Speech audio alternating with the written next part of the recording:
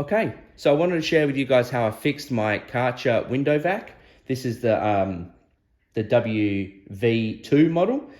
Every time I'd turn it on, I'd get a fast green flashing light here and no action from the unit. It didn't matter how charged it was, I would always get the error and it wouldn't work. So I want to show you how I fixed that. First of all, take off the squeegee head, then remove your water tank, and then you want to focus on your vacuum pump here. So what I've found with mine is that had seized up, and so I have got here a piece of thin gauge fencing wire or just metal wire.